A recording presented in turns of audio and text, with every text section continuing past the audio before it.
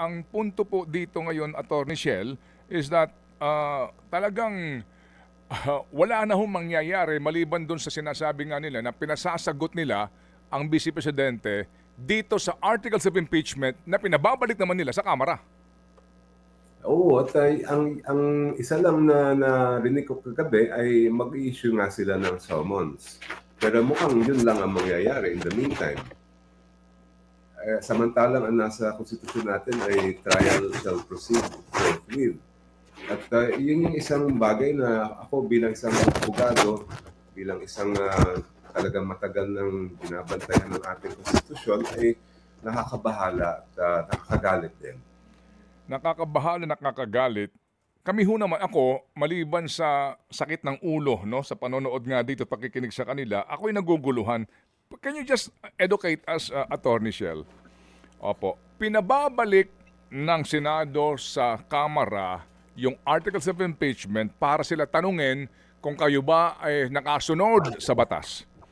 Pero, sabi po ni Ginoong Escudero, opo, this does not constitute dismissal. After we settle this issue, and I think Senator Judge Cayetano clarified that the same is true with Senator Judge Villanueva, this is no way a dismissal. We will be issuing summons after this.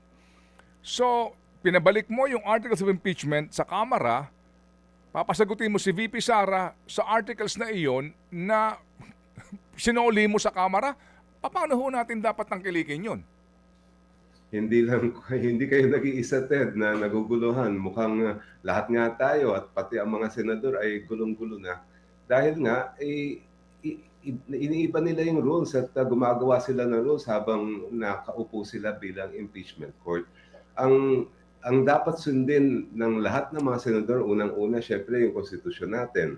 Pangalawa ay yung mismong inapprove nila na Senate rules. Pero wala naman nga doon sa rules yung pag-remand o kung anong gagawin pag na-remand ang kaso, kung anong gagawin ng prosecution panel. Walang-wala talaga yon. Kaya we are, kumbaga sa barko, we are in uncharted territory na hindi dapat nangyari yon. Kung naging klaro lang ang leadership ng Senate at lahat ng mga umuupong senador, ito ang nasa konstitusyon natin, ito ang dapat natin sundin dahil yun ang tungkulin nila bilang mga senador. Opo.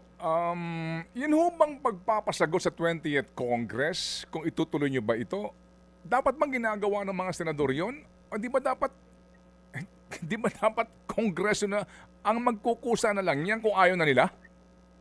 Yes, tama yun. Eksaktong solid ang sagot mo din ang statement ninyo, Ted. Kung ano man kung meron talagang balak na i-withdraw, kailangan manggagaling mismo sa House yan. Hindi dapat manggaling sa Senado. Lalong-lalo na yung kanilang na dapat gagawin ay i-trial na ang kaso.